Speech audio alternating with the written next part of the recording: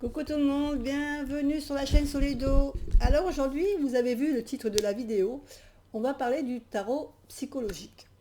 Donc je vous avais dit que je vous préparais quelque chose, j'ai préparé un petit topo, donc je me suis préparé quand même quelques petites notes pour ne rien oublier, hein, pour vous dire tout ce que j'ai à vous dire, parce que des fois en discutant comme ça, des fois on oublie des petits points qui sont quand même importants. Donc tout d'abord, qu'est-ce que le tarot psychologique? Le tarot psychologique, c'est une façon, c'est un outil qui nous aide à se connaître mieux soi-même, à apprendre sur nous aussi quelquefois, à découvrir un peu ce qu'il y a dans notre inconscient. Des fois, des choses qu'on connaît, mais qu'on n'a pas envie de voir. En fin de compte, des fois, on se met des œillères pour certaines choses, et ce tarot psychologique va faire ressortir un peu tout ce qu'on a, tout ce qu'on n'a pas envie de mettre en lumière, des fois, qu'on a envie de cacher ou qu'on fait semblant de ne pas voir, tout simplement. Donc, vous avez compris que ce n'est pas un tarot divinatoire, c'est vraiment le tarot qui va vous permettre de même débloquer des fois des situations dans lesquelles vous êtes et que vous n'arrivez pas à trouver de solution.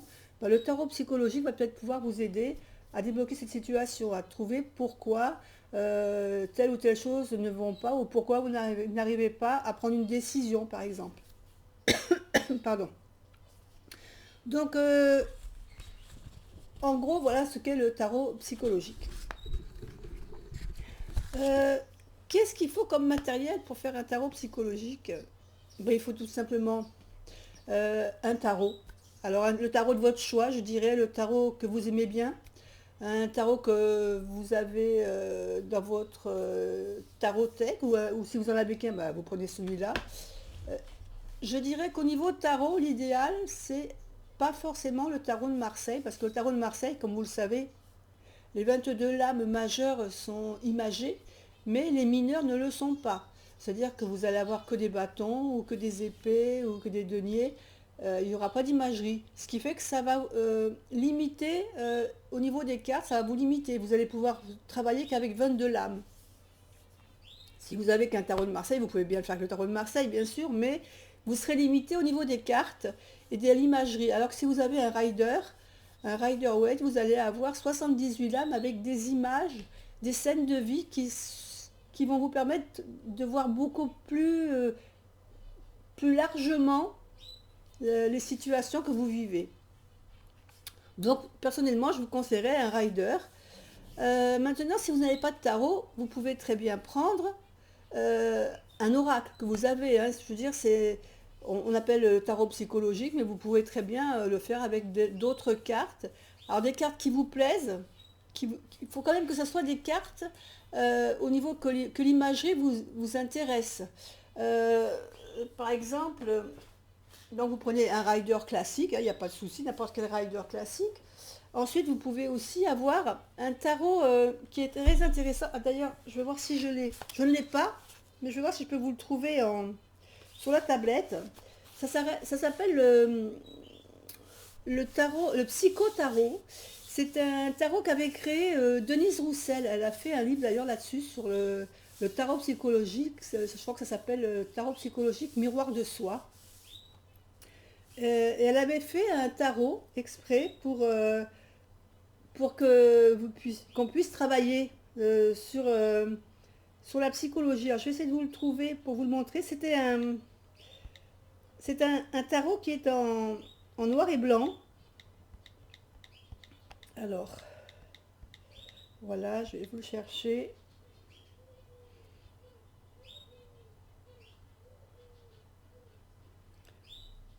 Je ne l'ai pas, mais je vais vous le montrer parce que ça peut intéresser des personnes qui n'ont pas de tarot, hein, et qui veulent en acheter un.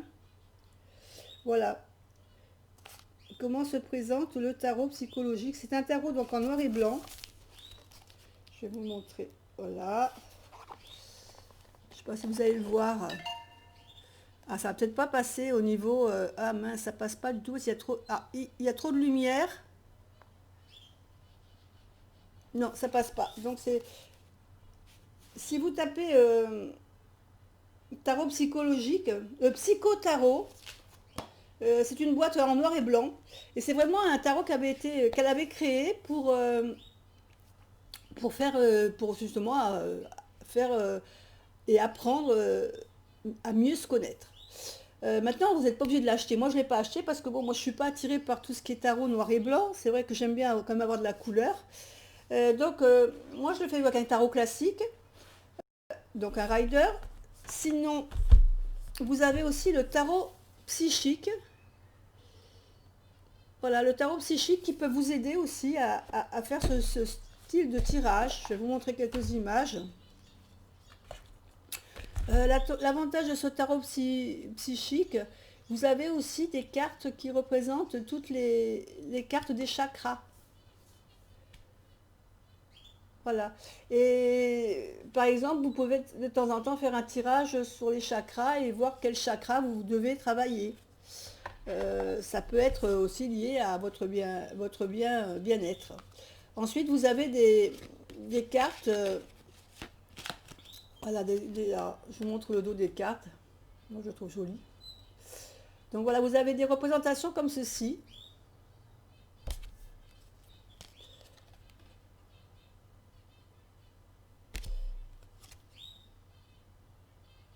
Et ça représente, vous voyez, des endroits. Donc là, par exemple, on a une forêt, un homme avec une forêt qui apparemment est en train de méditer. Ici, on a une jeune femme en haut d'une montagne qui est en train de regarder devant elle le soleil qui se lève. Voilà, donc il faut privilégier des jeux où vous avez des scènes de vie qui peuvent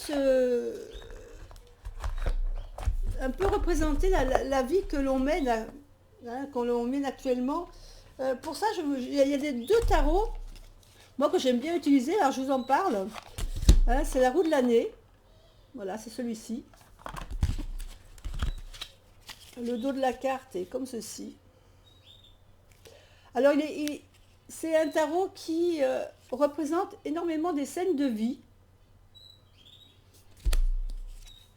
Et je trouve que celui-là, il est vraiment bien pour faire ce genre de tarot.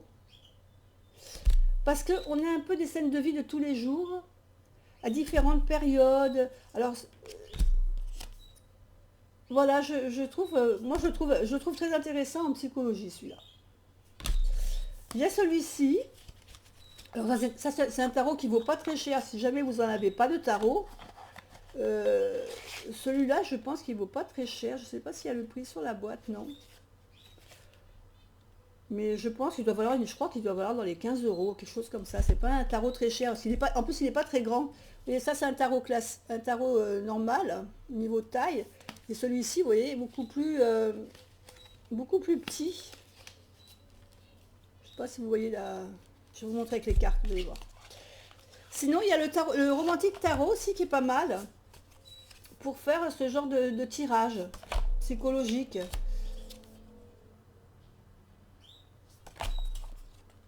Alors après, il faut remettre, bon, l'imagerie est fait un peu vieillotte, comme on dit, hein. C'est romantique, donc on peut le remettre, l'aurait approprié, voilà, à une personne qui est à table, des réunions, des rendez-vous. Je ne vous ai pas montré le dos, il est joli le dos avec les roses. Donc je trouve que ce tarot là aussi peut vraiment bien s'approprier au niveau tarot psychologique. Mais après je vous dis, tous les tarots peuvent s'approprier quand ils sont un peu classiques, hein, je veux dire par là, parce que si jamais vous avez un tarot qui parle, par exemple, si vous avez un tarot sur les chats, ou un tarot sur les dragons, ça va peut-être être plus difficile. Vous voyez ce que je veux dire? Il faut vraiment que l'imagerie soit assez diversifiée. Après, vous pouvez faire aussi avec des oracles. Donc là, j'ai celui-ci qui s'y prête bien. Je vais vous montrer les images. Elles sont magnifiques d'ailleurs, ces images.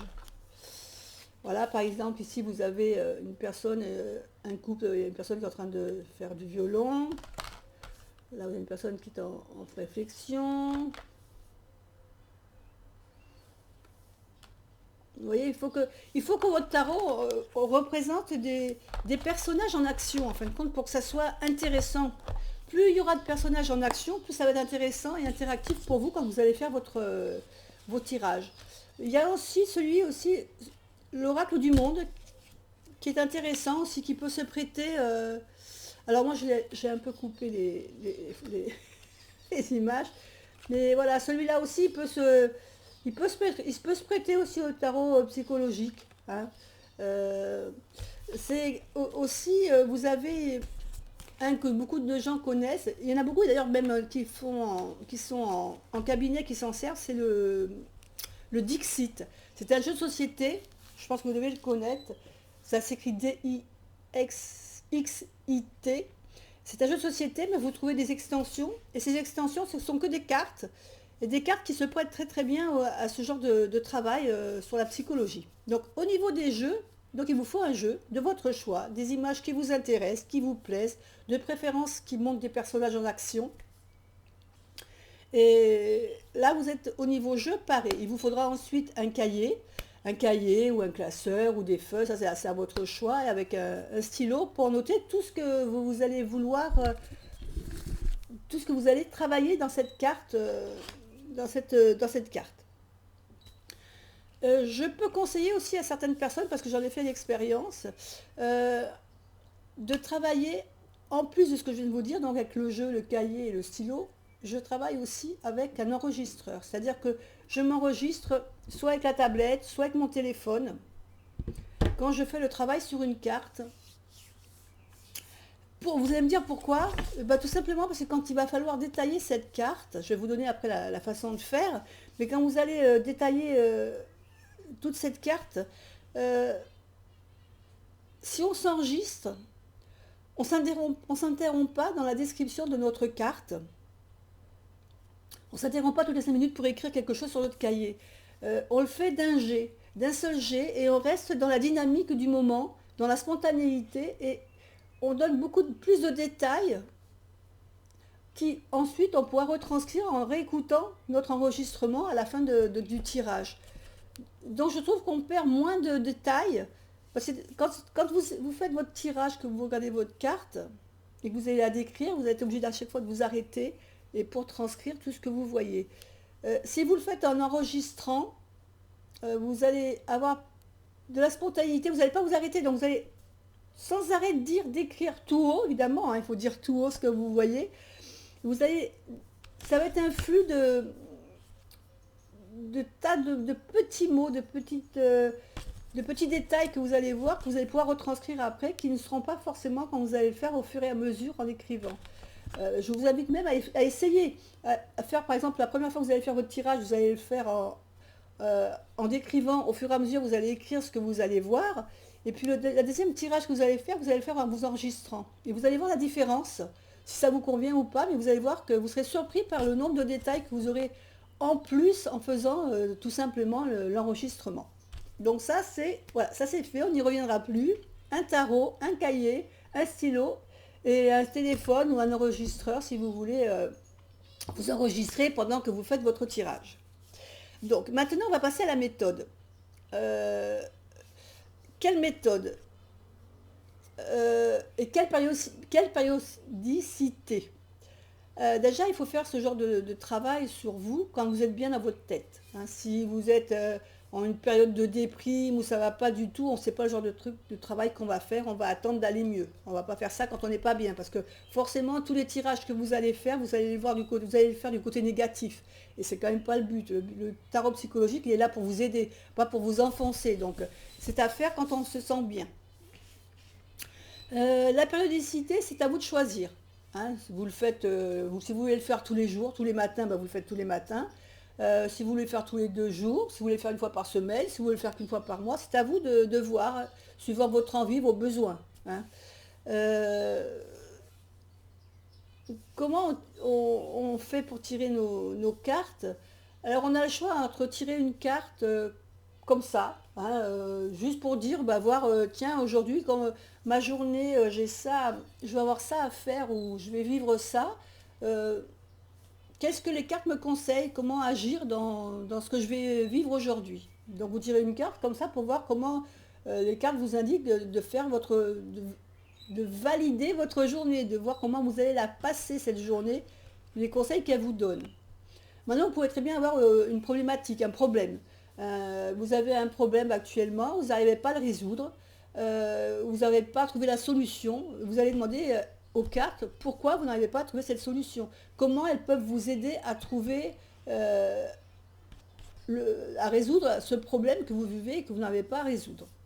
Donc il y a deux façons de faire. Ou simplement, histoire de dire, bah, comment ma journée, aujourd'hui j'ai ça, ça à faire, qu'est-ce que les cartes me conseillent. Ou si vous avez une problématique, trouvez la solution pour régler le problème. Ça c'est au niveau du tirage, parce qu'il faut que voilà, si vous avez une problématique, vous allez poser votre question au départ de la séance.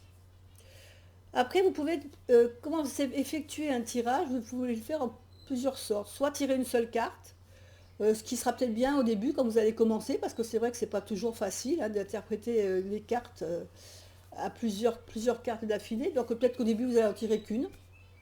Et puis quand vous serez un peu plus habitué à la façon de faire les choses, bah, vous pourrez peut-être en tirer deux ou trois. C'est pas la peine non plus d'en tirer 25 000, ça sert à rien. Je pense que pour une journée, pour évaluer une journée ou pour voir comment va se dérouler notre journée, on peut en tirer deux, trois, c'est bien. Si vous avez une problématique, bah 3 ou 5 cartes, voilà, ça sera à vous de voir suivant ce que les cartes vous diront, si vous voulez approfondir ou pas. Ça sera à vous de juger. Donc on a vu la méthode, on a vu la périodicité. Il y a une chose que j'ai oublié de vous dire au niveau du tarot.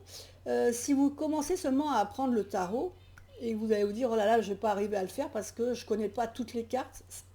Il faut vous dire une bonne chose, c'est que pour le tarot psychologique, l'apprentissage des cartes n'est pas nécessaire. C'est-à-dire que vous n'avez pas besoin de connaître tous les mots-clés des cartes que vous allez utiliser, puisque le tarot psychologique va partir et se base surtout sur l'imagerie que vous allez avoir sur vos cartes. Donc vous allez, à la limite, si vous ne le connaissez pas, c'est peut-être pas plus mal. Vous aurez au moins une façon de voir les cartes d'un œil différent que si vous êtes plutôt déjà dans la tarologie, hein, dans la divination. Là, on ne s'occupe pas de divination, donc on s'occupe simplement de ce qu'on voit sur l'image et de ce qu'on ressent par rapport à cette image. Donc, une fois qu'on a choisi notre jeu, on va pouvoir commencer à apprendre notre tarot psychologique. Donc, on s'installe dans un endroit calme de préférence.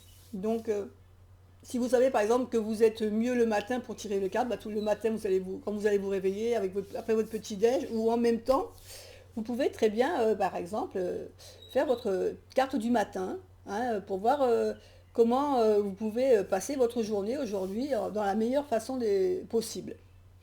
Après, si vous avez une question, vous posez votre question et vous prenez votre jeu et vous mélangez. Alors, on vous mélange comme on veut.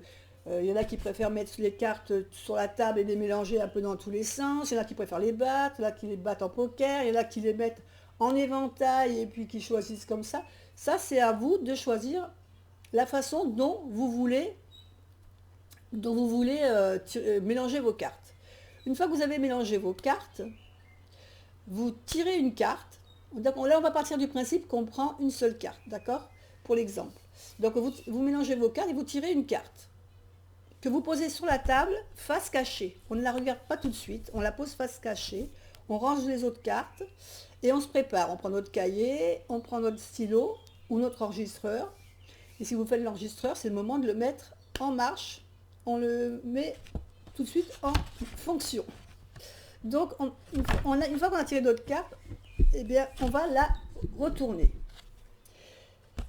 Et là, c'est le moment donc de décrire tout ce que vous voyez sur cette carte.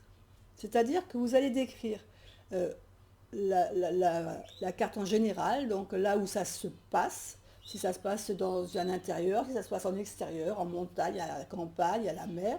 Vous allez décrire donc le personnage, si c'est un homme, si c'est une femme, comment il est habillé, qu'est-ce qu'il fait. S'il y a des animaux, vous allez décrire les animaux. S'il y a des objets, vous allez décrire les objets. Vous détaillez tout ce que vous voyez.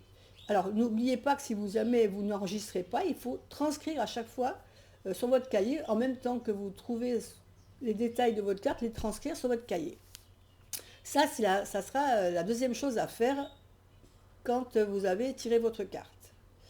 Une fois que vous avez décrit entièrement votre carte, la troisième action que vous allez faire, c'est il va falloir rentrer dans cette carte. C'est-à-dire que vous allez vous approprier le personnage qui est dans votre carte. Donc vous allez rentrer, vous allez prendre sa place, mais pas seulement sa place, vous allez prendre sa position, sa posture, ses expressions. Et à ce moment-là, vous allez décrire votre ressenti personnel à cette place. Donc vous allez décrire ce que vous voyez avec vos yeux, avec ses yeux, comment vous vous sentez, si vous êtes à l'aise, si vous ne l'êtes pas, est-ce que vous vous sentez bien ou vous vous sentez mal. Là, on va vraiment tout, tout faire, nos ressentis, on va tous les donner et les noter sur notre cahier. S'il y a plusieurs personnages, vous allez prendre la place d'un personnage, celui qui pour vous représente le mieux, hein, suivant la scène qu'il y a sur votre carte. Donc vous allez rentrer dans ce personnage, comme je l'ai indiqué juste avant. Donc vous allez pareil faire la même démarche, d'écrire votre posture, comment vous vous sentez, à l'aise, pas à l'aise, que pour vous c'est plutôt positif, négatif. Et ensuite, vous allez parler avec les autres personnages qui sont autour de vous. Vous allez parler avec eux, vous allez leur poser des questions. Vous allez peut-être même, par rapport à cette scène, découvrir des personnes de votre entourage. Par exemple, sur une carte où vous allez voir une jeune femme avec deux autres personnes, peut-être que vous allez voir, dans ces deux autres personnes, vous allez voir votre papa et votre frère, par exemple. Ou bien votre frère avec votre fiancé. Donc, tout ça, vous allez le dire, le décrire. Et peut-être que vous avez des questions à leur poser, puisque c'est quelque chose que vous êtes en train de vivre actuellement. Donc vous savez très bien qui est représenté sur cette carte, à qui ressemblent les personnages sur cette carte. Tout ça, vous le détaillez. C'est pareil, s'il y a des animaux, c'est peut-être votre chien qui apparaît sur la carte, votre chat, des oiseaux, voilà, tous les animaux que vous pouvez avoir autour de vous. Les objets aussi, s'il y a des objets, pourquoi ils sont là, à quoi ils vont vous servir. Voilà, tout ça, on le détaille et on le vit. D'accord ? Il faut savoir qu'il n'y a pas dans le tarot psychologique, il n'y a pas de mauvaise réponse. Tout ce que vous allez dire, inscrire sur votre cahier, c'est juste parce que c'est quelque chose que vous vivez actuellement et que vous ressentez. Donc c'est forcément juste. D'accord ? Donc ça, c'est la troisième façon, la troisième chose à faire, c'est rentrer dans l'action de cette carte. La quatrième chose, une fois qu'on a fait tout ça, n'oubliez pas qu'à chaque fois, tout ce que vous marquez, ce que vous ressentez, il faut le marquer. Hein, il faut l'inscrire dans votre cahier, sauf si vous enregistrez. Si vous enregistrez, vous transcrirez tout ceci dans votre cahier à la fin de l'exercice. Donc, quatrième chose qu'on va faire, on va donner un titre à notre carte. Cette carte, si c'était vous qui l'aviez faite, qui l'aviez dessinée, quel est le titre que vous lui auriez donné ? Et vous allez aussi lui indiquer des mots-clés. Quels vont être pour vous les mots-clés de cette carte ? Qu'est-ce qu'elle représente pour vous par rapport à ce que vous avez vécu dans cette carte ? Et là, vous marquez vos mots-clés. Ça va être le quatrième travail que vous allez faire avec ce tarot. En cinquième chose, eh bien, il va falloir que on fasse un petit résumé de tout ce qu'on vient de voir, de tout ce qu'on vient de vivre, de tout ce qu'on a vu, de tout ce qu'on a interagi avec les personnages. Il va falloir faire un petit résumé bref de ce que l'on vient de dire, hein, de ce que l'on vient de décrire. Donc on fait un petit résumé. Et si vous aviez eu au départ une question que vous avez posée, ça va être le moment de faire le lien entre votre question et le petit résumé qui en fin de compte correspond à la réponse de votre question. Donc c'est le moment de faire le lien et vous allez sûrement avoir donc la réponse à votre question. En gros, donc, dans cette forme de tirage, il n'y a pas de mauvaise réponse, comme je vous disais. Hein. Tout ce que l'on dit, tout ce que l'on fait, c'est juste. Je veux dire par là que, par exemple, si vous avez tiré la carte, on va dire par exemple la carte des amoureux, hein, dans du tarot, ou bien si dans votre oracle vous avez deux personnages, un homme et une femme, quand vous avez votre description d'aujourd'hui, cette carte, si vous la retirez dans un autre tirage, par exemple dans un mois ou un mois et demi, elle n'aura pas forcément la même connotation. Pourquoi ? Parce que vous n'allez pas vivre le même moment, au même moment, le même instant T, la même situation, la même problématique. Et vous verrez qu'au fil du temps, quand vous aurez plusieurs fois tiré cette carte, si vous recherchez après des tirages où vous avez eu la même carte, vous verrez que les descriptions seront peut-être à peu près identiques, mais la façon de vivre l'action sera tout à fait différente. Parce que vous n'aurez pas le même moment, le même instant T à chaque fois. Voilà. Donc bah, écoutez, j'espère que mon petit résumé du tarot psychologique vous aura intéressé. J'espère que ça vous aura un peu, peut-être si vous ne connaissiez pas, bah, donné peut-être l'envie d'essayer, de tester, pourquoi pas. Si ça vous intéresse, moi je serais intéressée de savoir si ça vous intéresse, vous, le tarot psychologique. Si vous seriez intéressé, par exemple, parce que je vous donne peut-être des exemples de tirage, des petits renseignements là-dessus, des petites infos, si ça vous intéresse, dites-moi-le. À ce moment-là, je vous ferai une autre petite vidéo avec d'autres exemples ou essayer d'approfondir peut-être un peu là-dessus. Voilà, moi je vous fais des gros bisous. J'espère que ma vidéo vous a plu, vous a intéressé. Et puis je vous dis, bah écoutez, à bientôt pour une autre vidéo. Bye bye.